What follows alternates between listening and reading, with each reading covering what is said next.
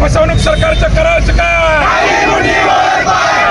इमानदार शेतकरी, कष्टकरी, कामगार असणाऱ्या मराठ्यांची फसवणूक करणाऱ्या सरकारचं करायचं काय? मराठा समाजाचा घोर अपमान करणाऱ्या सरकारचं करायचं काय?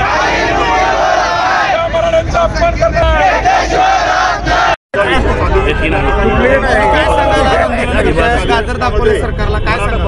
सरकारनं मराठा समाजाला गाजर दाखवलंय. मागील 10 वर्षाच्या इतिहासापासून 2014 पासून 2014 ची लोकसभा असो, 2019 ची लोकसभा असो, 2024 ची लोकसभा असो, तुम्ही 16% दिलं, त्यानंतर 13% दिलं आणि आज 10% दिलं. मराठा समाजाची लोकसंख्या वाढते का कमी होते मला हेच कळत नाही. काय चाललंय? छत्रपती शिवरायांची शपथ घेऊन तुम्ही मराठ्यांची फसवणूक करताय. मराठे तुम्हाला येणाऱ्या लोकसभेला, विधानसभेला एक गाजर नाही तुम्हाला मतदान रुपये दाखवले तर मराठे नाव सांगणार नाही. या राज्यातल्या मराठी फसवणूक करताय. घोर अपमान आहे हा, मराठ्यांचा घोर अपमान आहे, ही फसवणूक आहे. तुम्हाला माहिती आहे 50%च्या वर आरक्षण टिकत नाही, हे सुप्रीम कोर्टाचा निकाल आहे.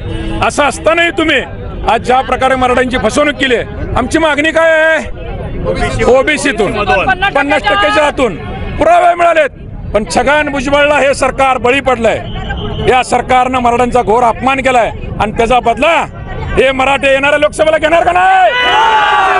अबकी बार, अबकी बार, अबकी बार, अबकी बार, अबकी बार. हे तमाम मराठ्यांची भावना सोलापुरातली नाही, महाराष्ट्रातले आहे. सत्ताधारी पक्षाचे सगळ्यात जास्त आमदार इथं आहेत. एक पण आमदार जल्लोष का करू शकला नाही? का जल्लोष गुलाल उधळला नाहीत?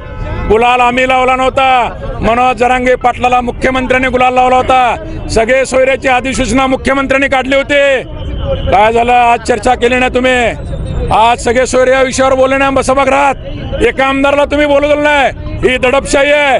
तुम्ही लोकशाहीच्या मंदिरामध्ये ज्या आमदार आम्हाला सोलापूर जिल्ह्यातले कमिटमेंट दिलते की आम्ही सभागृहात या विषयावर बोलू, त्या एकाही आमदाराला बोलू दिलं नाही. आणि आज जी दडपशाही राज्यात चालू झाली, ती दडपशाही मराठा समाज उखडून फेकल्याशिवाय शांत बसणार नाही.